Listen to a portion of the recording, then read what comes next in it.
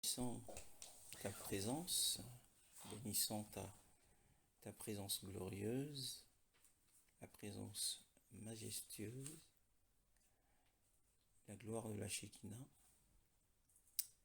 qui est cachée en nous, Seigneur, que le monde ne peut voir, mais cette gloire de la Shekinah qui se révélera au moment de la glorification des saints, et l'on saura qui nous étions réellement. Merci pour cette espérance de la transfiguration, de qui nous sommes vraiment, et merci pour les prémices de la transfiguration que tu as fait vivre à certains. Yeshua a vécu cette transfiguration sur la haute montagne sainte, et il a fait grâce à quelques-uns de vivre à minima cette transfiguration dans le secret. Il l'a accordé à ses bien-aimés chéris, cette grâce, et il est merveilleux, et il se plaît à honorer les membres les moins en vue, au nom de Yeshua. Amen. Nous poursuivons notre enseignement sur le livre de l'Apocalypse. Cet après-midi, cette fois-ci, nous ouvrons au chapitre 5 et nous lirons les 14 versets concernant ce chapitre. C'est une assez longue lecture. On va y aller rapidement. Chapitre 5. Puis je vis dans la main droite de celui qui était assis sur le trône un livre écrit à l'intérieur et à l'extérieur, fermé grâce à 7 sceaux. Je vis aussi un ange puissant proclamer d'une voix forte: qui est digne d'ouvrir le livre et d'en briser les sceaux? Mais personne, ni dans le ciel, ni sur la terre, ni sous la terre, ne pouvait ouvrir le livre ni le regarder. Je pleurais beaucoup, parce que personne n'avait été trouvé digne d'ouvrir le livre et de le regarder. Alors l'un des anciens me dit: ne pleure pas, car le lion de la tribu de Juda, le rejeton de la racine de David, a vaincu pour ouvrir le livre et ses 7 sceaux. Puis je vis, au milieu du trône et des 4 êtres vivants et au milieu des anciens, un agneau debout, comme offert en sacrifice. Il avait 7 cornes et 7 yeux, qui sont les 7 esprits de Dieu envoyés par toute la terre. Il vint prendre le livre de la main droite de celui qui était assis sur le trône. Quand il eut pris le livre, les 4 êtres vivants et les 24 anciens se prosternèrent devant l'agneau. Chacun tenait une harpe et des coupes d'or remplies de parfums, qui sont les prières des saints.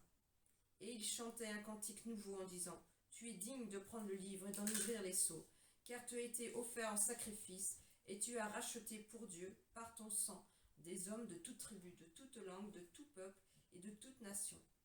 Tu as fait d'eux des rois et des prêtres pour notre Dieu, et ils régneront sur la terre. Je regardai et j'entendis la voix de nombreux anges rassemblés autour du trône, des êtres vivants et des anciens. Ils étaient des myriades de myriades et des milliers de milliers. Ils disaient d'une voix forte: l'agneau qui a été offert en sacrifice est digne de recevoir la puissance, la richesse, la sagesse, la force, l'honneur, la gloire et la louange. Toutes les créatures qui sont dans le ciel, sur la terre, sous la terre, sur la mer, tous les êtres qui s'y trouvent, je les entendis s'écrier à celui qui est assis sur le trône et à l'agneau: soit la gloire, l'honneur, soit la louange, l'honneur, la gloire et la domination au siècle des siècles.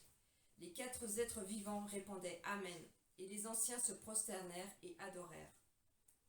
Amen. Amen. Béni soit le Seigneur pour sa parole. Eh bien, que le Saint-Esprit nous aide dans l'interprétation de ces 14 versets de sa parole. Et l'apôtre Jean, dans la vision suivante, a vu bien celui qui est assis sur le trône. celui qui est assis sur le trône. Et il dit qu'en ayant vu celui qui est assis sur le trône, il avait dans sa main droite, pas dans sa main gauche, dans sa main droite. Est-ce que la main droite était élevée? Est-ce que la main droite était tendue? Nous n'avons pas la précision. Est-ce que la main droite était posée sur l'accoudoir du trône et de celui qui est assis sur le trône, qui est né autre que Elohim le Père. Et il avait dans sa main un rouleau ou un parchemin écrit à l'intérieur et au verso et scellé de 7 sceaux. Et il dit encore, et je vis aussi un ange puissant, un ange fort, un héros, proclamant à grande voix qui est digne d'ouvrir le livre et d'en délier les sceaux. Et nul ne pouvait, ni dans le ciel, dans l'espace céleste qui n'a point de limite, ni sur la terre, dans la région inférieure, ni sous la terre, dans le monde souterrain, ouvrir le livre, ni le regarder. Alors, sur ces paragraphes de la parole de Dieu, nous voyons que, l'apôtre Jean nous parle d'un livre qu'il a été conduit à regarder. Et nul autre ne pouvait le voir, à part l'apôtre Jean. Qu'est-ce que cela, implique? Lorsque nous lisons dans la parole de Dieu,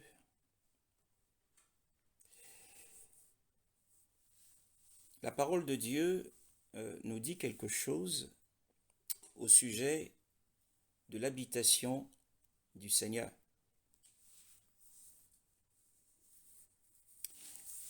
La parole de Dieu nous dit que Dieu, ou Elohim, habite dans une lumière inaccessible. Le Seigneur, le verset dans 2 Timothée,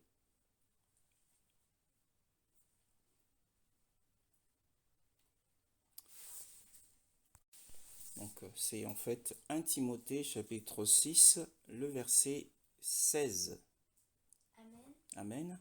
Le seul qui possède l'immortalité et qui habite la lumière inaccessible, qu'aucun être humain n'a ni vu, ne peut voir, à qui appartiennent l'honneur et la force souveraine éternelle. Amen. Amen.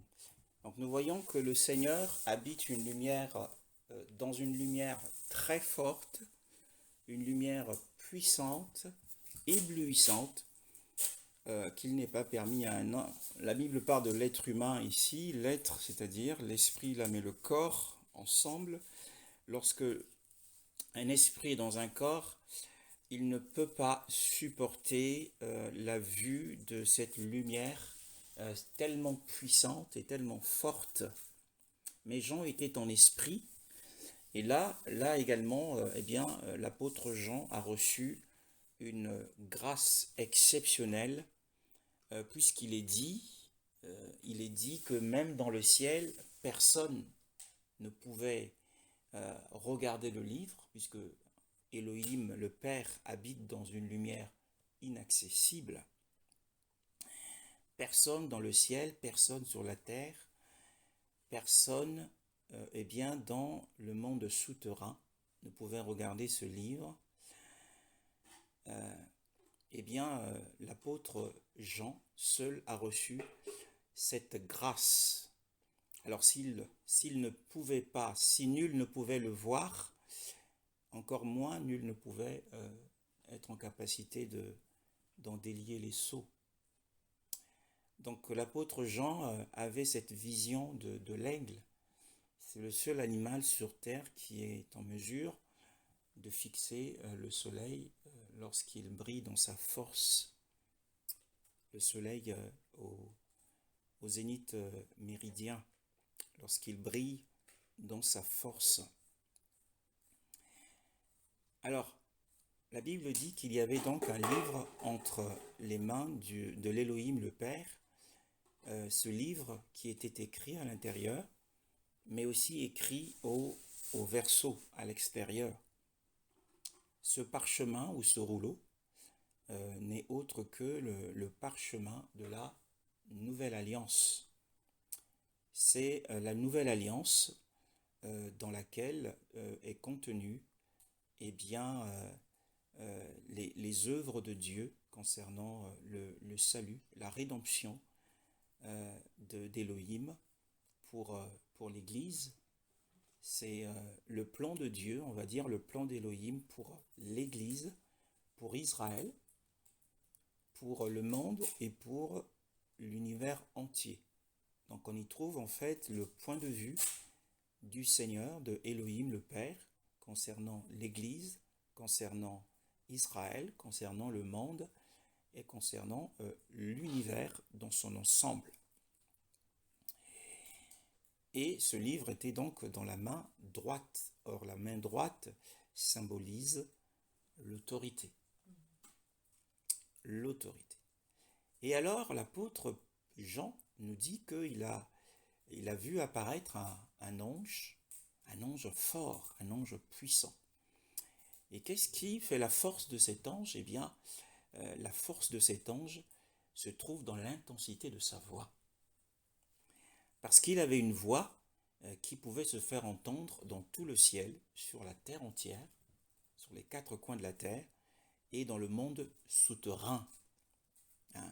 C'était ce qui faisait la force de cet ange, un ange fort. Or, le nom de Gabriel signifie le fort, on suppose, mais ce n'est pas forcément ce que dit la parole ici. Alors, en tout cas, la Bible nous parle d'un ange puissant, ce qui fait sa gloire de cet ange, c'est l'intensité de sa voix. Alors c'était ce héros, c'est-à-dire ce messager, pas le héros le vainqueur, mais le héros AUT, ce messager qui signifie ce messager lance un défi. Il lance un défi, il ouvre une voie, il donne l'occasion aux habitants du ciel, aux habitants de la terre, aux habitants du monde souterrain de faire leur revendication. Qui peut faire la demande, qui peut faire une réclamation de ses droits, d'être en mesure ou de se sentir méritant, tellement méritant, qu'il pourrait se tenir à côté d'Élohim le Père et d'être le ministre en chef du sanctuaire céleste et de pouvoir être le grand agent du trône sur la terre. La question de la dignité, la question du mérite, la question de la qualification parfaite est ici posée. Elle est posée. Cette question est posée. Pourquoi est-ce que le Seigneur ouvre cette voie, donne l'occasion? Eh bien, il y a un précédent. Nous savons que Lucifer avait réclamé un trône au-dessus des étoiles de Dieu. Il y avait eu une rébellion dans l'éternité passée. Eh bien, cette fois-ci, avant de pouvoir honorer la personne méritante, eh bien, cette question est posée pour éviter que les gens ne murmurent. Donc, c'est un défi qui est lancé à la fois aux anges puissants et à l'ange, le messager lui-même. La Bible parle de sa gloire par la grandeur de sa voix. Est-ce qu'il est assez confiant pour se sentir le dépositaire des trésors d'Élohim. Or, nous savons que le livre de Colossiens nous apprend que, eh bien, qu'il n'y a qu'en lui, c'est-à-dire en Yahushua, que se trouvent cachés les trésors de la connaissance et de la sagesse. Il n'y a qu'en lui. Il n'y a que Yahushua. Donc la question qui est posée aussi est celle-ci, eh bien, qui mérite par sa vie, puisque durant sa vie, il a entièrement glorifié Dieu. Celui qui a entièrement glorifié Dieu mérite de pouvoir prendre ce rouleau et le délier, l'ouvrir. Eh bien, il n'y avait personne, il n'y a pas eu de réponse. Il n'y a pas eu de réponse au ciel. Toute bouche, certainement, les gens se sont regardés, les habitants du ciel chacun s'est regardé, a regardé à sa vie, et ils se sont regardés les uns les autres, et même dans le monde souterrain, le monde des esprits des saints, on ne parle pas de l'enfer, mais de ceux qui sont eh bien, dans le paradis, dans le sein d'Abraham, qui sont avec Abraham le Père. Même Moïse n'a pas osé relever le défi. Eh bien, nul, la Bible dit que nul dans le ciel, sur la terre et sous la terre ne pouvait voir et ouvrir ce livre, hein, ce livre secret, puisqu'il était scellé de 7 sceaux, pour montrer qu'il y avait là un mystère. Le mystère concernant le plan d'Élohim pour la terre, pour l'univers. En fait, le livre de l'Apocalypse, c'est le livre du dévoilement de ce rouleau. Le dévoilement de ce rouleau, et qui a été à qui il a été donné à quelqu'un, et lui seul était capable effectivement de le montrer à ses serviteurs. Puisque l'impuissance, puisque l'indignité des hommes a été révélée à travers cette question, puisque personne n'était qualifié personne n'a été jugé digne.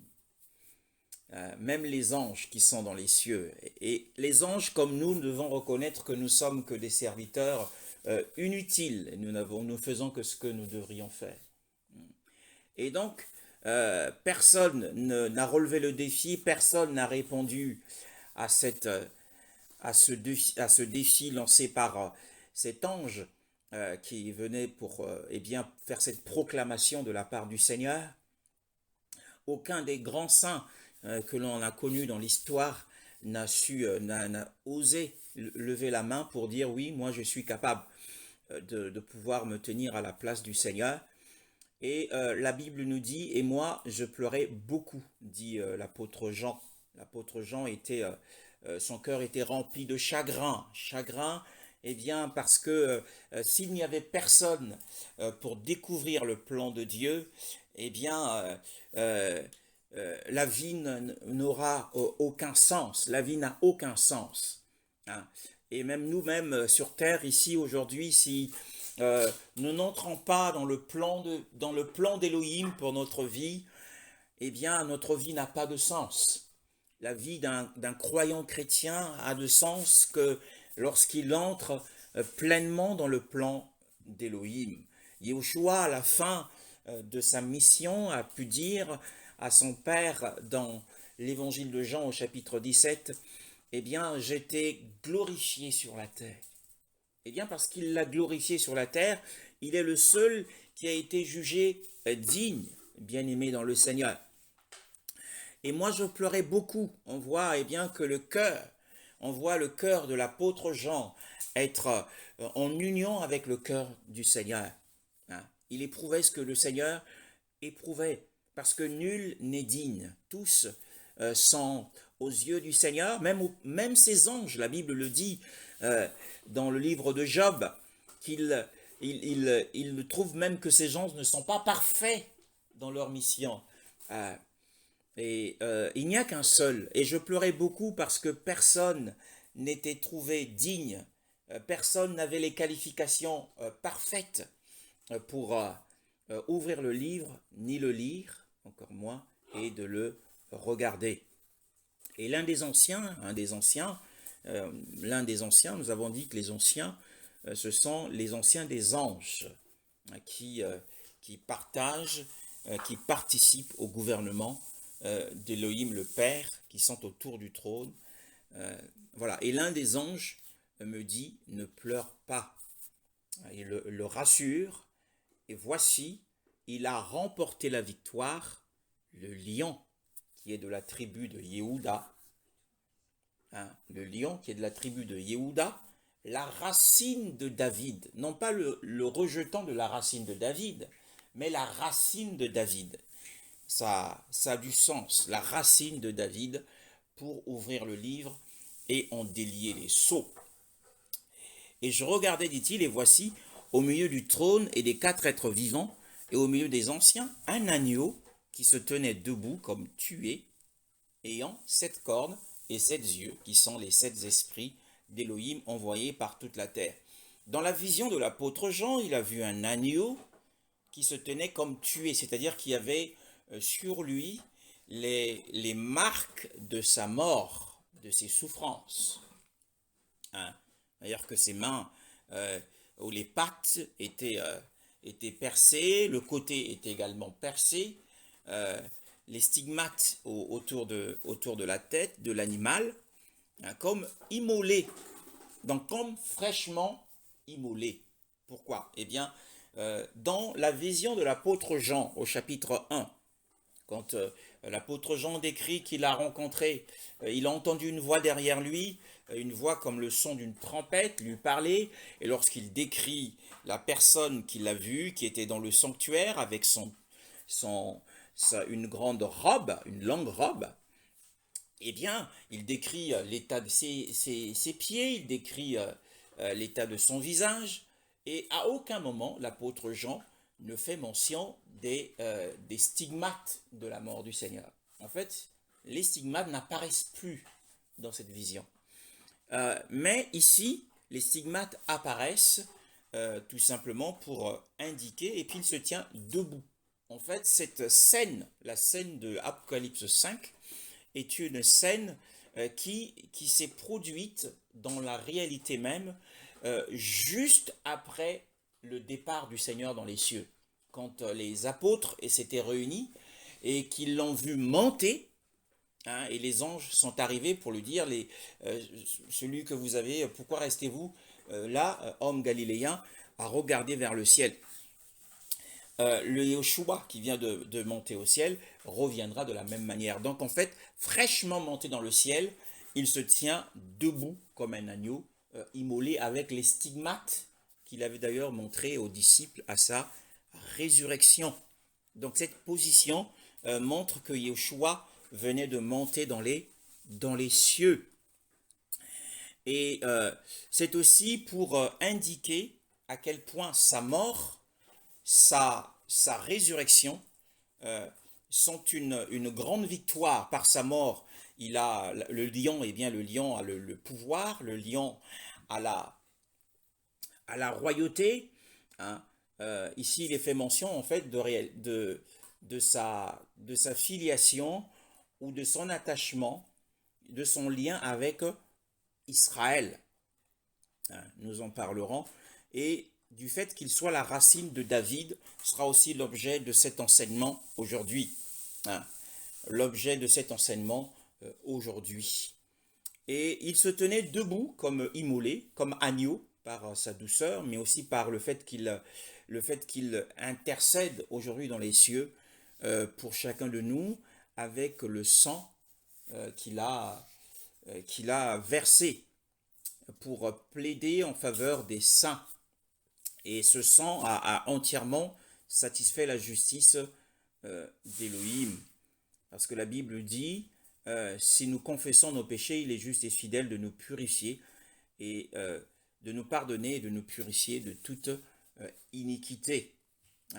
À chaque fois, le Seigneur présente le sang à son Père dans son intercession pour l'Église, montrant qu'il a, c'est un argument très fort, qu'il a payé le prix non seulement pour l'Église, mais aussi pour le monde entier. Et la Bible nous dit qu'il avait cet animal, cet agneau, avait 7 cornes. Or, la corne, c'est le symbole de la force. La corne, c'est le symbole de la force. Hein. Et les yeux, c'est le symbole de l'intelligence. Donc la corne, c'est le symbole de la force. Donc on nous parle de la perfection du pouvoir, puisqu'une corne sur un animal a pour but, c'est son arme d'offense. Quand un animal se met à charger sur quelqu'un, il utilise sa corne, c'est son arme d'offense. Hein, c'est pour le pouvoir. Donc 7 signifie la perfection. Donc c'est la perfection du pouvoir. Hein, le lion, c'est celui qui a vaincu. Donc en fait, il y a deux choses qui apparaissent à travers ces deux versets, le verset 5 à 6. Eh bien, la première chose, c'est que le Seigneur, en tant que lion, a vaincu Satan. Il a vaincu Satan, il a obtenu la victoire sur Satan, et en tant qu'agneau, il a vaincu la question du péché. Donc ce sont les deux questions qui ont occupé le monde. Le monde était occupé par deux questions, la rébellion de Satan. Hein, l'univers était occupé par deux questions, la rébellion de Satan et le péché d'Adam. Et donc en fait, la seule personne qui a été jugée digne d'ouvrir le livre des secrets, le livre du mystère d'Élohim, le Père, c'est Yahushua, parce qu'il a remporté à la fois la victoire sur Satan et son royaume, et il a remporté la victoire sur le péché. Et eh bien, il avait également 7 yeux. Les yeux, c'est le symbole de l'intelligence. Hein, c'est aussi, donc là, on va voir la perfection de la sagesse, hein, qui sont les 7 esprits d'Élohim envoyés par toute la terre. Hein. Et les yeux représentent aussi la lampe, la lumière. Hein. Lorsqu'on le voit, on le voit d'ailleurs dans Zacharie au chapitre 3. Hein. Zacharie chapitre 3, le verset 9. Je vais lire, car voici la pierre que j'ai mise devant Yahushua. Sur cette pierre, qui n'est qu'une, il y a 7 yeux. Voici, je graverai moi-même ce qui doit y être gravé, déclaration de Yahweh.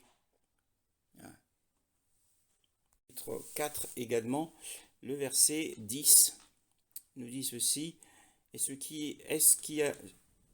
car qui est-ce qui a méprisé le jour des faibles commencements? Ils se réjouiront en voyant la pierre d'étain dans la main de Zérubbabel, dans ma version. Ces 7 sont les yeux de Yahweh qui parcourent toute la terre. Et le verset 2 dit, il me dit, que vois-tu? Et je dis, je regarde, et voici, il y a un chandelier tout en or surmonté d'un vase et portant 7 lampes, avec ces 7 conduits pour les 7 lampes qui sont au sommet du chandelier. Donc en réalité, les 7 yeux sont aussi les 7 lampes, puisque l'œil est la lumière du corps, nous dit le Seigneur. Et cette lumière est une lampe. Ce n'est autre que la lampe de l'esprit, bien sûr. Et donc, nous revenons à notre texte de base, qui est Apocalypse chapitre 5. Apocalypse chapitre 5. Oui, il nous parle donc de la perfection de l'intelligence, la perfection du pouvoir et la perfection de la lumière, qui sont les 7 esprits d'Élohim envoyés par toute la terre. Donc nous voyons que les qualifications qui ont permis au Seigneur de pouvoir prendre le livre de la main du Seigneur sont le fait qu'il est parfait en pouvoir et parfait en intelligence, donc en capacité de pouvoir comprendre le plan de Dieu, de pouvoir l'expliquer et de pouvoir l'exécuter, puisqu'il a été envoyé sur la terre dans le but d'exécuter le plan de Dieu. Donc il est le grand agent du trône. Mais cette fois-ci, il est sur notre terre par son esprit, puisque le Seigneur, le second Adam est devenu un esprit qui donne la vie. Hein, le Saint-Esprit qui est aussi appelé l'Esprit de Yahushua. Donc sa mission, c'est d'exécuter le plan d'Élohim sur terre. Et il vint et il prit le livre de la main droite de celui qui est assis sur le trône. La Bible dit, quand il eut pris le livre, les 4 êtres vivants et les 24 anciens tombèrent devant l'agneau, ayant chacun des cithars et des coupes d'or pleines d'encens, qui sont les prières des saints. Et ils chantent un cantique nouveau en disant, tu es digne de prendre le livre et d'en ouvrir les sceaux. Pourquoi? Eh bien, pourquoi on parle d'un cantique nouveau? Eh bien, tout simplement parce qu'on est dans une situation après l'ascension du Seigneur, après sa montée dans le ciel, et ce cantique est nouvellement chanté après l'arrivée du Seigneur dans le ciel. Et la prière, les 4 êtres vivants ont dans leurs mains, et les 24 anciens tombèrent devant l'agneau, ils se prosternent, ayant chacun des cithars et des coupes pleins d'encens, qui sont les prières des saints. Les uns ont des coupes d'or d'encens, qui sont les prières qui sont pour l'intercession. Et quel est l'objet de leur intercession? Eh bien, l'objet de leur intercession, c'est le retour du Seigneur sur la terre. C'est l'objet principal de la prière des saints. Les saints doivent régulièrement demander au Seigneur qu'il revienne rapidement. Et ils chantent un cantique nouveau en disant, tu es digne de prendre le livre et d'en ouvrir les sceaux, parce que tu as été tué et tu nous as achetés pour Elohim par ton sang de toute tribu, de toute langue, de tout peuple et de toute nation. Il faut aussi rappeler dans la compréhension de ce livre, c'est que les 24 anciens sont les anciens des anges. Ils ont été intronisés, ils sont couronnés et ils exercent l'autorité. Ce sont des rois subordonnés au trône divin du Père. Et ils le sont sans rédemption. Ils le sont sans rédemption. Puisque le verset 9, dont tu nous as achetés, a fait l'objet de beaucoup de débats parmi les écrivains de la parole de Dieu. Ne sont concernés par cette rédemption que les 4 êtres vivants qui représentent toute la création rachetée. Mais les 24 anciens sont les anciens des anges élus, ce sont les dominations et les principautés dans les cieux et qui n'ont pas besoin de rédemption. Et tu as fait de nous des rois et des prêtres pour notre Elohim, et nous régnerons sur la terre. Et je regardais, j'entendis la voix de beaucoup d'anges autour du trône des êtres vivants et des anciens, et leur nombre était des myriades et des myriades et des milliers et des milliers. Et ils disent à grande voix, digne est l'agneau qui a été tué de recevoir la puissance et la richesse et la sagesse et la force et l'honneur et la gloire et la louange. Donc, il y a une louange de tous les anges dans les cieux, des myriades et des myriades d'anges, de tous les anges.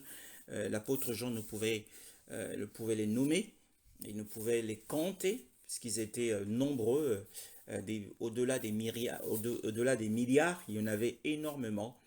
Et en fait, cette scène ou ce moment évoque quelque chose de précis par rapport à ce que nous avons dit sur la prière dans le livre des Hébreux, au chapitre 1, le verset 6. Hébreux, chapitre 1, le verset 6. Qu'il introduit le premier-né dans le monde, dit que tous les anges de Dieu se prosternent devant lui. Dans ta version, il est dit oui. Et de nouveau, quand il introduit le premier-né dans la terre habitée, il s'est passé quelque chose et la Bible dit que tous les anges d'Élohim l'ont adoré. Quand Yeshua est venu pour la première fois, eh bien, tous les anges d'Élohim l'ont adoré.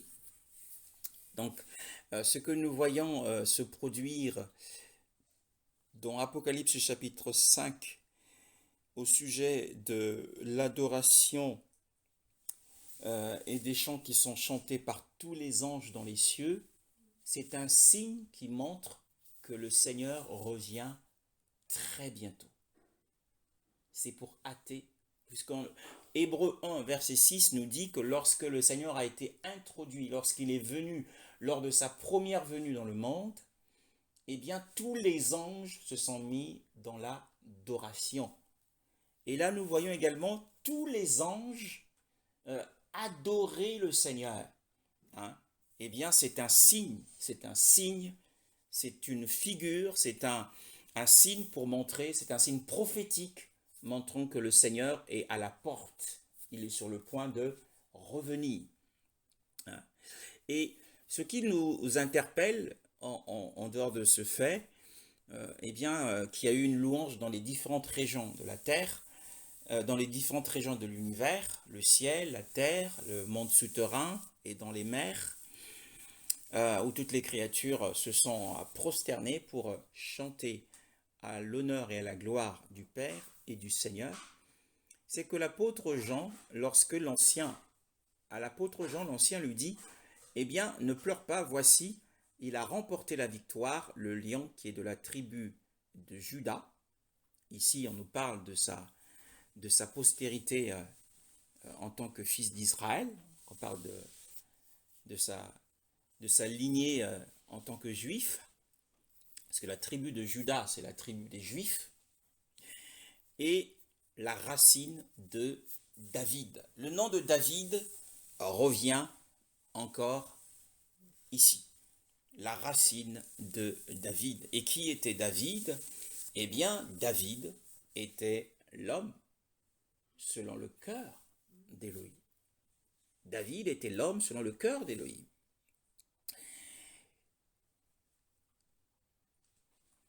Dans l'évangile de Matthieu, chapitre 22, le verset 42 à 46. Matthieu, chapitre 22, le verset 42 à 46. Que dit la parole de Dieu? En ces termes, que pensez-vous du Messie? De qui est-il le fils? Ils lui répondirent de David. Et Jésus leur dit, comment donc David, animé par l'Esprit, peut-il l'appeler Seigneur lorsqu'il dit, le Seigneur a dit à mon Seigneur, assieds-toi à ma droite, jusqu'à ce que j'ai fait de tes ennemis ton marchepied.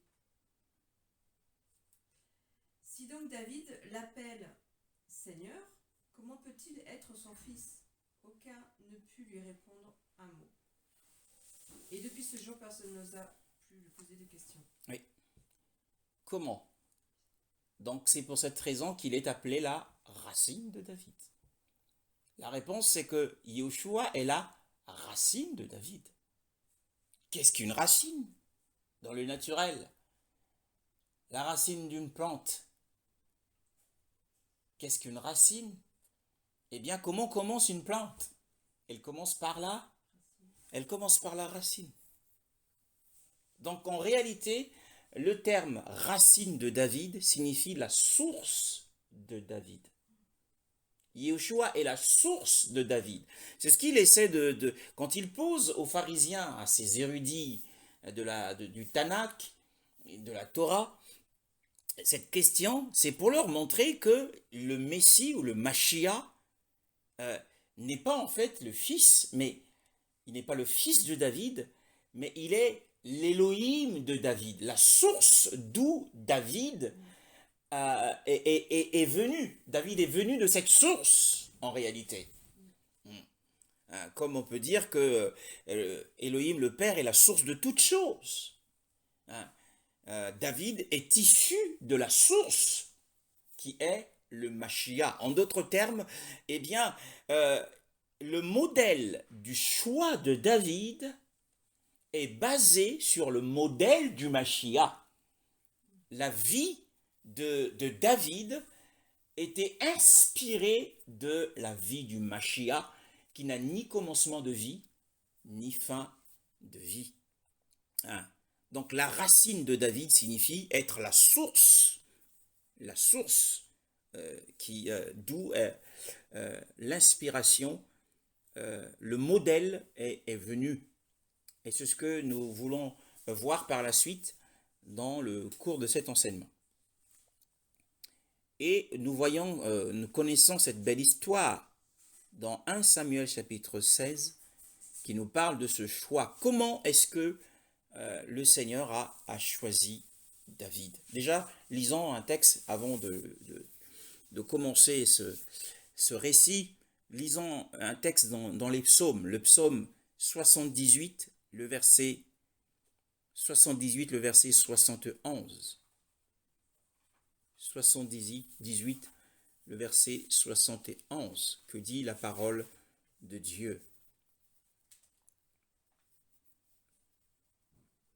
Ou encore, plutôt dans ma version, il dit, au verset 70. Il a choisi David, son serviteur, et l'a fait sortir des bergeries. Il l'a pris derrière les brebis qui allaient pour faire de lui le berger de Jacob, son peuple, d'Israël, son héritage. Alors, donc nous voyons déjà là, en fait, que Elohim, le Père, a choisi David, l'homme selon son cœur. Et comment savons-nous que bien qu'il est l'homme selon son cœur, qu'il est la racine, que Yeshua, l'agneau est la racine de David. Mais il y a aussi un autre psaume, le psaume 89, le verset 26, nous n'allons pas le lire, si on veut, le psaume 89,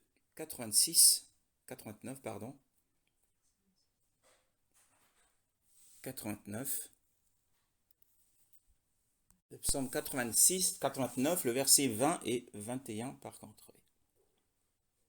Tu as parlé à tes fidèles dans une vision, tu as dit, j'ai prêté secours à un héros. J'ai choisi du milieu du peuple un jeune homme. J'ai trouvé mon serviteur David. Je l'ai désigné par onction avec mon huile sainte. Amen. Donc nous voyons que le Seigneur avait choisi David et il a cherché un homme et il l'a trouvé. Donc allons maintenant du coup dans le livre des prophètes de 1 Samuel chapitre 16 à partir du premier verset. Nous allons lire du premier verset jusqu'au verset 12. 1 Samuel chapitre 16. 1 Samuel chapitre 16. Du premier jusqu'au verset, on va lire jusqu'au verset 13.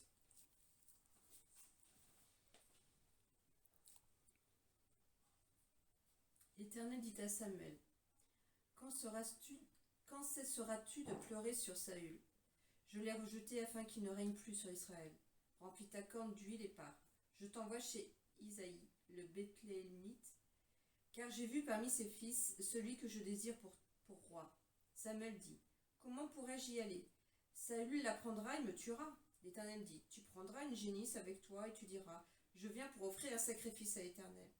Il invitera Isaïe au sacrifice. Je te préciserai ce que tu dois faire et tu désigneras par onction pour moi celui que je t'indiquerai. Samuel fit ce que l'Éternel avait dit et se rendit à Bethléem. Les anciens de la ville accoururent effrayés à sa rencontre et demandèrent, ton arrivée annonce-t-elle quelque chose d'heureux? Il répondit, oui, je viens pour offrir un sacrifice à l'Éternel. Consacrez-vous et venez avec moi au sacrifice. Il fit aussi consacrer Isaïe et ses fils et les invita au sacrifice. Lorsqu'ils entrèrent, il se dit, en voyant Eliab, certainement, celui que l'Éternel désigne par onction est celui devant lui. Mais l'Éternel dit à Samuel, ne prête pas attention à son apparence et à sa grande taille, car je l'ai rejeté. En effet, l'Éternel n'a pas le même regard que l'homme. L'homme regarde ce qui frappe les yeux, mais l'Éternel regarde au cœur. Isaïe appela Abinadab et le fit passer devant Samuel. Samuel dit, l'Éternel n'a pas non plus choisi celui-ci. Isaïe fit passer Shama et Samuel dit, l'Éternel n'a pas non plus choisi celui-ci. Isaïe fit passer 7 de ses fils devant Samuel, et Samuel dit à Isaïe, l'Éternel n'a choisi aucun d'eux. Puis Samuel dit à Isaïe, tous tes fils sont-ils là? Il répondit, il reste encore le plus jeune, mais il garde les brebis. Alors Samuel dit à Isaïe, envoie quelqu'un le chercher, car nous ne prendrons pas place avant qu'il ne soit arrivé. Isaïe envoya quelqu'un le chercher. Il était roux, avec des yeux bleus et une belle apparence. L'Éternel dit à Samuel, lève-toi et verse de l'huile sur lui, car c'est lui. Samuel prit la corne d'huile et le consacra par onction au milieu de ses frères. L'Esprit de l'Éternel vint sur David, et à partir de ce jour, et par la suite Samuel se leva et partit à Rama. Amen. Amen. Amen. Alors nous voyons ici, en fait, dans ce récit, si l'Esprit nous conduit à pouvoir couvrir cette partie de l'Écriture, tout simplement parce que le modèle du choix de David en tant que roi vient de sa racine, qui est Yoshua. La Bible dit que Yoshua est la racine de David, c'est-à-dire il est sa source, la source d'inspiration du modèle parfait. Yahweh dit à Samuel, Samuel était dans un chagrin prolongé, Samuel était dans une dépression parce qu'il avait beaucoup d'affection pour Shaoul ou Saül, et que le Seigneur l'avait destitué. Et ça s'était très mal passé, cette destitution. L'annonce de cette destitution a conduit à une friction entre Samuel, le prophète, et Saül. Ça s'était très mal passé. Le manteau de Samuel fut déchiré par le roi Saül. Et le Seigneur lui demande d'arrêter de pleurer, qu'il arrête de pleurer parce qu'un décret était déjà sorti. C'est un enseignement pour nous aujourd'hui. Quand le Seigneur décide d'une chose, nos pleurs, notre façon de jeûner, quand le Seigneur a décidé d'une chose, nous ne devons pas aller à l'encontre de la décision du Seigneur. Quand il décide une chose, eh bien, nous devons nous soumettre, nous devons nous incliner face à la décision de la justice divine. Nous voyons que, eh bien, Samuel continue parce que c'est même lui qui a été le messager annonçant que, eh bien, la royauté avait été retirée à Saül, bien qu'il l'ait dit, mais il n'était pas d'accord avec le Seigneur. Et donc, il s'est mis à pleurer.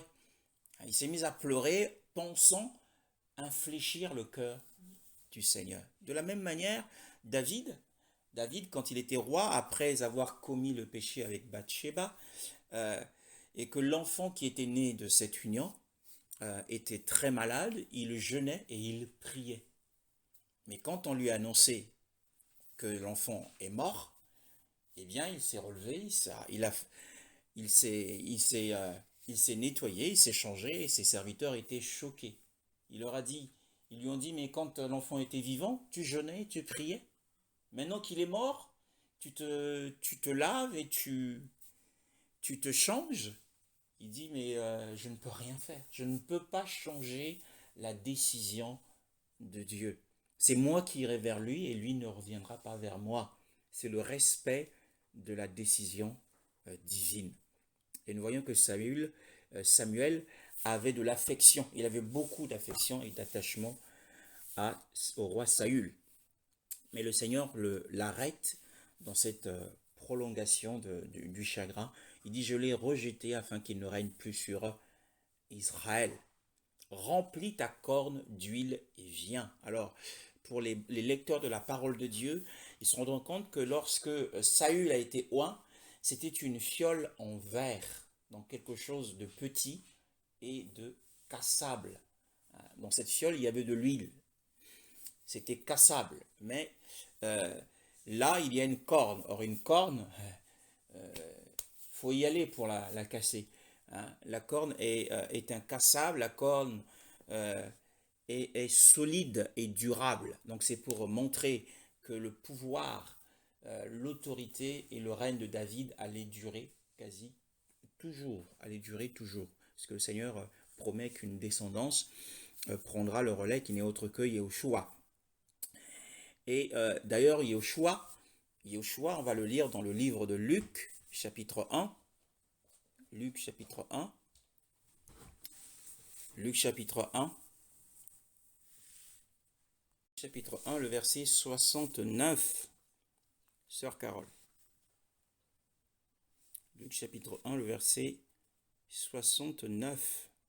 Il nous a donné un puissant sauveur dans la famille de son serviteur David. Ouais. Donc oui, c'est intéressant ta version. Et dans ma version, il est dit, et de ce qu'il nous a suscité la corne du salut. Donc la corne, comme nous l'avons dit tout à l'heure à propos des 7 cornes du Seigneur, symbolise la puissance ou le pouvoir. Hein. Ici, c'est la corne du salut. Donc David, euh, c'est prophétique lorsque Samuel, le Seigneur dit à Samuel de se servir, on revient sur le texte, de se servir d'une corne. Remplis ta corne d'huile et viens. Hein. Donc pour montrer la durabilité de son règne. Je t'enverrai chez Isaïe, Bethléemite, car je me suis pourvu d'un de ses fils pour toi.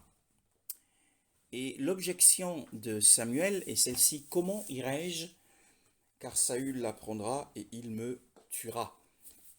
Donc on voit que Samuel en tant que prophète de Yahweh, sa foi n'était pas toujours aussi forte. Hein. Il fait preuve d'une faiblesse de la foi. Alors lorsque tu es faible dans la foi, bien-aimé dans le Seigneur, ne culpabilise pas. Il y a eu des précédents, comme le cas de Samuel, qui craignait la colère de Saül. Hein, il avait peur, alors que Yahweh pouvait très bien le protéger et le garder loin de la colère de Saül. Et il me tuera, dit-il. Il avait peur.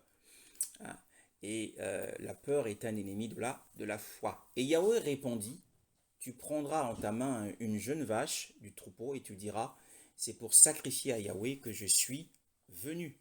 Donc on apprend également ici que, eh bien, toute vérité n'est pas bonne à dire. Hein, le Seigneur lui donne une raison. C'est vrai qu'il y allait pour sacrifier, mais ce n'était pas la raison principale. La raison principale, c'était de oindre un des fils d'Isaïe. Donc on y voit que le Seigneur lui donne la sagesse. En fait, Saül était à la recherche de la direction divine pour savoir, dans une affaire, quelle qu'elle soit, dans laquelle tu peux te trouver, bien-aimé dans le Seigneur, tu as besoin de rechercher la direction divine pour avoir la sagesse de comment tu dois gérer cette affaire. En fait, c'est ça, le désir de Saül, en dehors de son manque de foi, mais c'était aussi le désir de savoir comment gérer cette affaire face à un homme qui était frustré, qui est Samuel plutôt, était dans le désir il a demandé au Seigneur, il a fait connaître au Seigneur son désir de gérer l'affaire du nouveau roi avec sagesse, parce que Saül, de son côté, était dans un état de frustration, et cette frustration pouvait l'emmener à faire des massacres. Alors, dans une situation donnée, bien-aimé dans le Seigneur, recherche la direction divine et demande au Seigneur les moyens. Dans l'œuvre de Dieu, puisque oui, il s'agit ici de l'œuvre du Seigneur, dans l'œuvre du Seigneur, eh bien, si l'on veut suivre les méthodes du Seigneur, qui nous conduira à un résultat qui convient au Seigneur, il faut rechercher la direction divine. C'est ce que Samuel fait ici. Et le Seigneur lui montre la voie, comment procéder. Tu inviteras Isaïe au sacrifice, et je ferai savoir moi-même ce que tu auras à faire, et tu oindras pour moi celui que je te dirai. Dans cette direction divine, il faut savoir que le Seigneur, on voit que le Seigneur ne lui dit pas de qui il s'agit, mais il le lui dira plus tard. Le Seigneur dirige ses enfants pas à pas. Soyons impatients lorsque le Seigneur nous montre quelque chose, accomplissant cette chose, ne demandons pas autre chose. Le Seigneur accomplit les choses pas à pas. Hein. Déjà, il lui a dit, soyons patients, hein. Soyons patients pour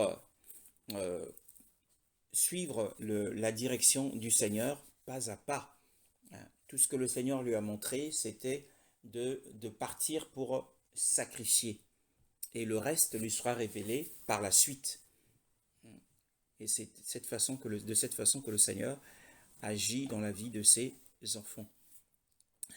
Et la Bible dit, Samuel fit comme Yahweh lui avait dit, et il alla à Bethléem. Les anciens de la ville, tout effrayés, accoururent au-devant de lui. Ils étaient troublés en voyant le prophète arriver dans leur ville.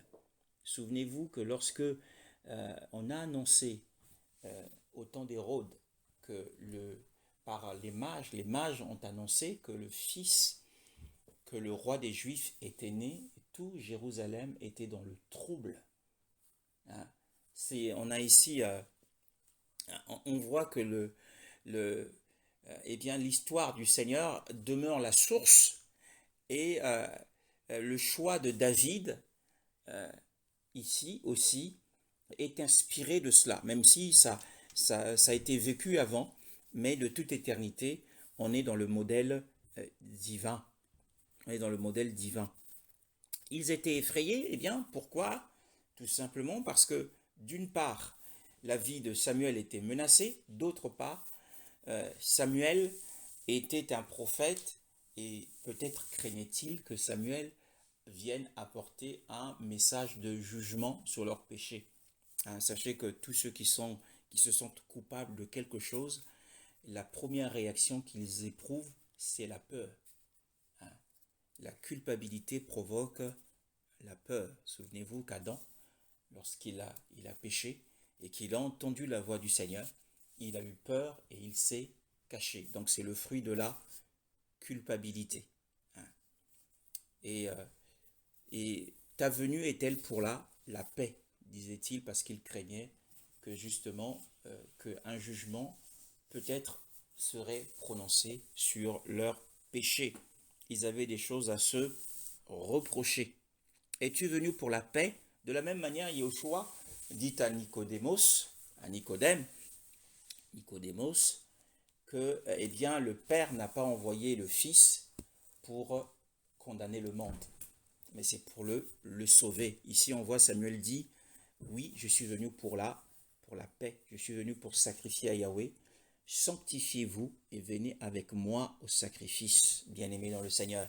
Lorsque tu offres un sacrifice spirituel, un sacrifice de louange, un sacrifice d'adoration, un sacrifice de prière ou d'action de grâce au Seigneur, rassure-toi que tu es sanctifié. Rassure-toi que lors de ce culte de sacrifice, tu es bien dans la sanctification. Hein, c'est important de reposer les bases de la parole de Dieu. C'est le principe ici qui est énoncé. Il fit sanctifier. Voyez-vous, hein, il a dit aux anciens de la ville, il a dit aux anciens de se sanctifier. Les anciens de la ville, tout effrayés, parce qu'ils avaient des choses à se reprocher, parce qu'ils ne voulaient pas qu'en recevant le prophète Samuel, que Saül l'apprenne et qu'il vienne faire des ravages dans la ville. Et Samuel leur donne l'ordre qui venait du Seigneur de se sanctifier avant le solennel sacrifice de la vache qu'il avait apporté avec lui. Mais plus particulièrement, lui-même Samuel,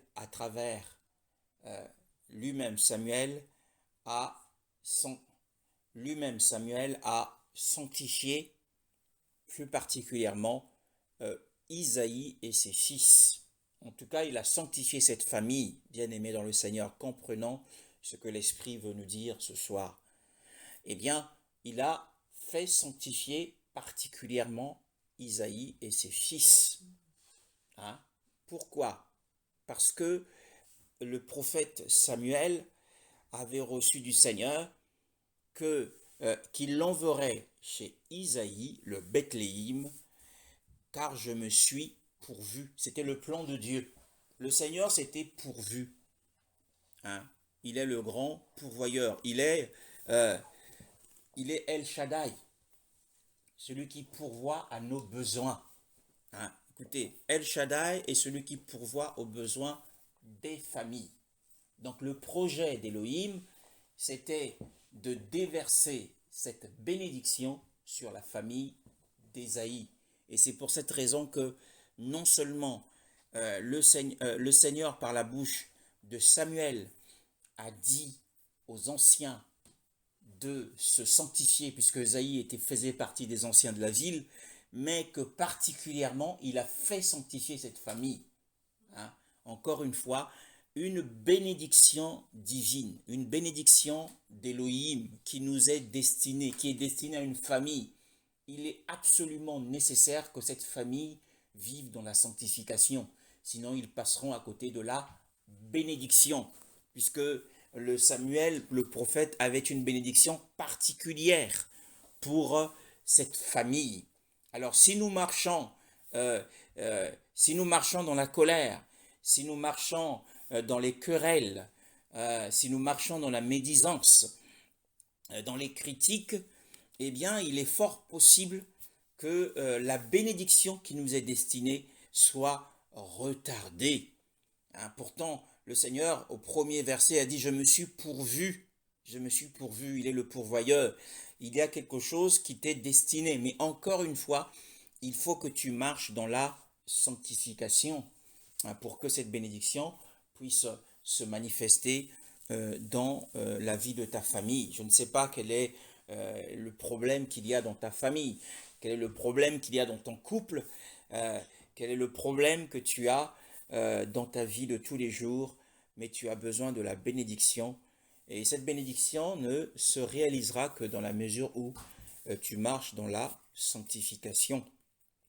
Il fit sanctifier aussi Isaïe et ses fils et les invita au sacrifice, comme nous allons au sacrifice spirituel, souvent les dimanches ou en semaine, ou encore lorsque nous le faisons en famille, ou lorsque nous le faisons par nous-mêmes. Nous avons besoin de nous sanctifier. À son entrée, il remarqua, et il a sanctifié cette famille, et au sacrifice qui était annoncé, il y avait donc une fête, un festin, qui était organisé au sein de cette famille, bien sûr, donc un repas, et le Samuel a fait venir dans le secret, ça se passe sans doute dans une pièce, dans une chambre qui était attribuée à Samuel. Ésaïe le père a fait comparaître Eliab et se dit le Machia. Voici ce que dit Samuel. Le Machia de Yahweh est certainement devant lui. Hein? Parce que Samuel, voyez-vous, Samuel a été déçu par Saül, puisque c'était un choix du peuple. Et lorsque Saül a été choisi, il a été choisi sur les critères de la stature. Il était grand, il était le plus grand de tous les fils de sa tribu. Il était beau, hein, en tout cas sur les apparences extérieures. Alors que Samuel avait été grandement déçu par le comportement, les divers comportements de Saül, ça ne lui a pas servi de leçon pour autant. On voit qu'il utilise encore, il est resté sur les mêmes règles. Lorsqu'il voit Eliab l'approcher, voyant que Eliab était grand, voyant qu'il était grand, Yahweh dit au verset 7, mais Yahweh dit à Samuel, ne prête pas attention à son apparence, ni à la hauteur de sa taille, car je l'ai rejeté. Donc on voit que Samuel n'a pas retenu la leçon du fait que ce n'est pas sur les apparences. C'est pareil dans la vie de tous les jours, lorsque une rencontre ou un choix que tu as fait, que tu as apprécié, t'a conduit à une très grande déception, eh bien, tire-en les leçons. Lorsqu'une relation t'a conduit à une très grande déception, il faut en tirer les leçons. Il ne faut pas rester sur la base de la même règle. Il ne faut pas garder la même règle. Et il faut revoir notre approche avec le Seigneur. Ce que Samuel n'a pas fait. Samuel était resté sur la règle qui l'avait conduit à la déception. Dans une relation, j'insiste, eh bien, c'est une relation dans laquelle tu es entré, t'a conduit à la déception, et il faut que tu réfléchisses avec le Seigneur sur tes méthodes d'approche. Ne fais plus de la même façon, n'agis plus de la même façon. Il faut que tu développes hein, le sens du discernement. Et c'est ce qu'il est en train de dire ici à Samuel. Il lui dit, eh bien, il ne s'agit pas de ce que voient les hommes. Les humains, ils apprécient selon l'apparence physique. Hein, c'était le choix d'un roi est basé sur son apparence, sur sa prestance, sur la voix, sur le regard, peut-être un regard majestueux. Ce n'est pas ainsi que le Seigneur agit, mais le Seigneur, comme il dit, les humains voient ce qui leur saute aux yeux, mais Yahweh voit ce qu'il y a dans le cœur. Ce qu'il y a dans le cœur. Est-ce que dans le cœur, il y a une bonne disposition, hein? Est-ce qu'il y a une bonne disposition? C'est ce qui a du prix aux yeux du Seigneur. Est-ce que il y a de la bonté? Est-ce qu'il y a de l'humilité, hein? Mais nous sommes en train de voir comment est-ce que David est appelé. Pourquoi est-ce qu'il est appelé l'homme selon le cœur de Dieu, bien-aimé dans le Seigneur. Et au cours de cette cérémonie, hein, vous vous rendez compte, Ésaïe a fait présenter la plupart de ses fils, mais, hein, après que le Seigneur ait dit à Samuel qu'aucun de ceux qui étaient présents dans cette maison n'était celui que le Seigneur avait choisi, hein, un doute surgit. Hein. Mais pour revenir d'abord, l'Esprit me dit de revenir sur le verset 6 à 7, hein, lorsque on voit comment Samuel, qui est prophète de Dieu, qui a été conduit par le Seigneur, on voit comment il s'est trempé. Il s'est trempé. Donc ce n'est pas parce que on est sous l'onction divine en tant qu'homme de Dieu, en tant que servant du Seigneur, qu'on est à l'abri de commettre des erreurs. On peut aussi parfois donner des fausses prophéties et le reconnaître qu'il y a eu une fausse prophétie. À son entrée, il remarqua et il se dit, le Machia de Yahweh est certainement devant lui. Certainement, il était sûr. Donc si le Seigneur ne l'avait pas arrêté, il aurait versé l'huile sur cet homme. Il y a un autre. Donc Samuel s'était trempé dans son jugement, dans son discernement. Il y a un autre, dans 2 Samuel chapitre 7. 2 Samuel chapitre 7.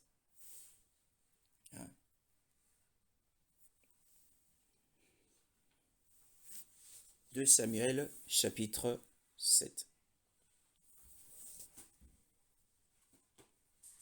2 Samuel chapitre 7, le verset 3 à 4. Que dit la parole de Dieu à ce sujet?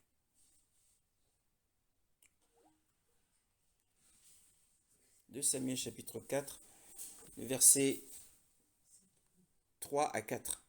2 Samuel chapitre 7, le verset 3 à 4. Pardon. Nathan répondit au roi, vas-y, fais tout ce que tu as dans le cœur, car l'Éternel est avec toi. La nuit suivante, la parole de l'Éternel fut adressée à Nathan. Va annoncer à mon serviteur David, voici ce que dit l'Éternel. Est-ce à toi de me construire une maison pour que j'y habite? Amen. Alors, on voit aussi que Nathan, qui était un prophète du Seigneur, lui donnait une fausse orientation. Alors Nathan dit au roi, va, fais tout ce qui est dans ton cœur, car Yahweh est avec toi. Mais le Seigneur, dans la nuit, reprend le prophète Nathan en lui disant, non, ce n'est pas lui qui le fera. Donc il devait revoir sa prophétie. Donc il y a des précédents, des hommes qui sont sujets à des faiblesses, ont manqué de discernement de ce nombre sans on a cité Samuel et le prophète Nathan. Donc ce qui est intéressant aussi, c'est que nous voyons ce scénario, c'est triste, c'est choquant. Une cérémonie, un repas est organisé. Isaïe, le père, n'a convié que tous les fils qu'il estimait, mais il a délaissé le plus jeune. La question, elle est posée, c'est triste. La question est posée ici. Samuel dit à Isaïe, Sans cela, tout est garçon. Et lui dit, il reste encore le plus jeune, qui n'avait pas été invité. Seulement, il fait paître les brebis. Les brebis. Alors Samuel dit à Ésaïe, envoie le chercher, car nous ne retournerons pas avant qu'il ne soit venu ici. Vous vous rendez compte? Yahushua a dit que la pierre que les bâtisseurs ont rejetée est devenue la principale de l'angle. Donc, rien ne devait être fait au cours de cette cérémonie. Le repas ne devait pas être commencé tant que le plus jeune n'était pas arrivé. Voyez-vous? Alors, ce jeune homme était rejeté de sa famille. Il était rejeté de sa famille. Il était mal aimé. Au point que, eh bien, avec la venue d'un prophète, le repas qui est organisé, qu'il ne soit pas convié à ce repas, montre le mépris qu'ils avaient de lui. Et ce jeune homme n'est autre que David. Vous voyez, le Seigneur, quand il est venu vers ses frères, les frères l'ont rejeté. Hein? Il n'était pas estimé. C'était un homme sans valeur, bien-aimé dans le Seigneur. Et le Seigneur se plaît, il prend plaisir à déposer sa présence glorieuse sur les sans valeur, ceux que l'on méprise. C'est cela le sens de l'homme selon son cœur. L'homme selon le cœur de Dieu, eh bien, c'est l'homme qui est méprisé. La Bible dit que Dieu s'est choisi des choses folles, les choses que l'on méprise. On va lire ce passage. 1 Corinthiens chapitre 1, le verset 28, le verset 27 à 28. 1 Corinthiens chapitre 1, le verset 27 à 28, que nous dit la parole de Dieu. Mais Dieu a choisi les choses folles du monde pour couvrir de honte les sages. Et Dieu a choisi les choses faibles du monde pour couvrir la honte des fortes. Amen. Dieu a choisi les choses basses et méprisées du monde, celles qui ne sont rien, pour réduire à néant celles qui sont. Voilà. Donc le choix de Dieu selon son cœur, c'est le choix. Le verset 27, mais Elohim a choisi les folies du monde pour faire honte aux sages. Elohim a choisi les faibles du monde pour faire honte aux forts. Elohim a choisi ceux qui dans le monde sont de basse naissance et les mépriser, même ceux qui ne le sont pas, pour rendre vains ceux qui sont. Donc nous voyons le critère du choix de Dieu selon son cœur. Eh bien, c'est par rapport à ce qui s'est passé avec la famille de Samuel, d'Isaïe. Comment est-ce que David était traité? Je pense que son cœur était blessé. Là où il était, il le savait qu'il y avait un prophète. Il le savait, mais il n'avait pas le choix. Hein, voyez-vous? Et le nom de David, ce qui est marrant, c'est que ce qui est d'ailleurs assez contradictoire, le nom de David signifie bien-aimé. Le nom de David signifie bien-aimé. Alors David peut-être s'était dit, mais est-ce que mon père s'était trompé en me faisant appeler bien-aimé? Mais dans la vie, je suis mal aimé, je suis rejeté. Non, David, il était le bien-aimé de Dieu. Lorsqu'on est un bien-aimé de Dieu, on est mal aimé du monde. Mal aimé, que ce soit à son travail, que ce soit dans sa famille, on est mal aimé. Attention, eh bien le Seigneur se plaît à honorer les méprisés. Il se plaît à honorer ceux qui sont rejetés. Hein. Et c'est cela, ceux qui se sentent brisés. David avait un cœur entièrement brisé. Et nous voyons que le Seigneur Yoshua, quand il est venu, il fut rejeté. Et d'ailleurs, il a dit la pierre que les bâtisseurs ont rejetée est devenue la pierre principale. C'est du Seigneur, dit-il, que cela est venu. Et le verset 11 de Actes chapitre 4, après qu'il ait cité ce passage, dit « Il n'y a de salut en aucun autre », pour montrer que la pierre de l'angle, c'est la pierre, c'est le salut, c'est la rédemption. La pierre que vous avez rejetée, c'est par cette pierre que vient le salut. Hein? Donc vous n'avez pas le choix. Et Israël avait besoin d'un roi. Et ce roi était celui qui était le plus méprisé. C'est par lui que viendrait le salut. Et c'est par lui que les guerres d'Israël furent gagnées. Hein? Voyez-vous, l'homme selon le cœur de Dieu, aujourd'hui, ce n'est pas forcément la personne qui a un bon cœur. Ce n'est pas forcément la personne qui a un bon caractère. David n'avait pas forcément le bon caractère. Mais c'est le fait que, eh bien, le Seigneur se choisit toujours des vases de terre, des vases que l'on méprise. Voyez-vous, de la même manière, lorsqu'il a choisi Moïse, il l'a pris derrière la bergerie. Il occupait un emploi médiocre. Hein, hein. Ce n'est que là, quand il était prince, le Seigneur ne s'intéressait pas à lui. Il a fallu qu'il le vide de lui-même pour qu'il se serve de lui. Il se serve des choses faibles, celles qui se sentent incapables. Et lorsqu'il apparaît, la Bible dit au verset 12, « Et il le fit venir, il était roux, avec ce beaux yeux et une belle apparence. Et Yahweh dit, lève-toi. » Le Seigneur le dit avec promptitude, lève-toi et oins-le, car c'est lui que j'ai choisi. Alors Samuel, ça s'est fait en secret. Hein, ses frères n'étaient pas au courant. Hein, parce que si les frères étaient au courant, tout Israël l'aurait su. Et ça allait en fait entraver le plan de Dieu. Et Saül l'aurait appris. Et Saül l'aurait persécuté. Donc les frères n'étaient pas au courant, ça s'est passé dans la chambre secrète. Alors Samuel prit la corne d'huile et l'oignit au milieu de ses frères. Donc quand le Seigneur te choisit, ça commence dans le secret.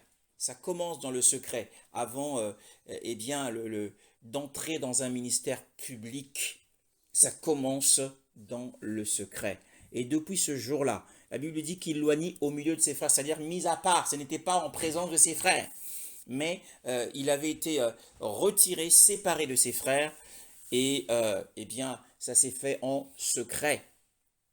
Puisque le chapitre 17 montre l'échange que David a eu avec son frère Eliab lorsqu'il voulait prendre des nouvelles de ce qui se passait sur le champ de la bataille. Il lui a dit, sale prétentieux, pourquoi n'es-tu pas en train de garder les brebis? Donc il n'était pas au courant que David, le bien-aimé, était celui qui avait été choisi par le Seigneur. Seul son père le savait. Hein. Et Yoshua, lorsqu'il sort du Jourdain après son baptême, Jean le Baptiste entend la voix qui dit « Celui-ci est mon fils bien-aimé », c'est-à-dire celui-ci est le fils de David, hein, celui en qui j'ai mis toute mon affection. Lorsque vous entendez bien-aimé, c'est David. Il est la racine de David. On voit aussi dans le livre de Cantiques des Cantiques au chapitre 5 et le verset 10. Cantiques de Cantiques, le chapitre 5, le verset 10, nous dire quelque chose, je vais le lire. Ou la sœur Carole va sans doute le lire dans sa version. Cantique des Cantiques au chapitre 5, le verset 10, pour montrer que le choix de David était basé sur le modèle parfait qui est le plus grand, Yoshua qui est le véritable David, bien-aimé. Il est la racine de David, le verset 10, chapitre 5, le verset 10, dans ta version. Oui. Mon bien-aimé est blanc et vermeil, on le remarque au milieu des dizaines de milliers. Amen. Dans ma version, euh, mon bien-aimé est éblouissant et roux, un porte-bannière entre ces myriades. Tel était le cas de David. Il était roux. Et ici, dans la figuration de la Shulamite avec Salomon, avec Shelomo en hébreu, signifie simplement que Shelomo est le type du Mashiach. Tel était le choix qui était fait par le Seigneur. L'homme selon le cœur de Dieu, ce n'est pas l'homme qui obéit tout le temps, puisque le Seigneur est capable de transformer le cœur d'un homme.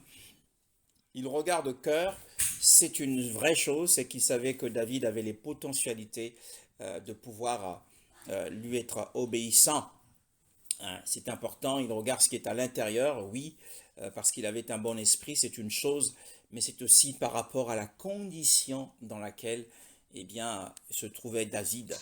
David se trouvait dans une condition de mépris et dans une position de rejet. Attention dans les familles de ne pas rejeter les enfants. Ceux que l'on aime le moins sont ceux que le Seigneur utilisera le plus. C'est un critère. Nous aimons tous nos enfants, que le Seigneur soit béni. Et le Seigneur est merveilleux pour le choix qu'il porte sur les méprisés de ce monde. Que son nom soit glorifié. Il est la racine, c'est-à-dire la source de David. Nous bénissons le Seigneur pour sa parole. Nous avons couvert Apocalypse 5 et nous commencerons par l'ouverture du premier sceau le week-end prochain, si le Seigneur n'est pas de retour cette semaine. Amen.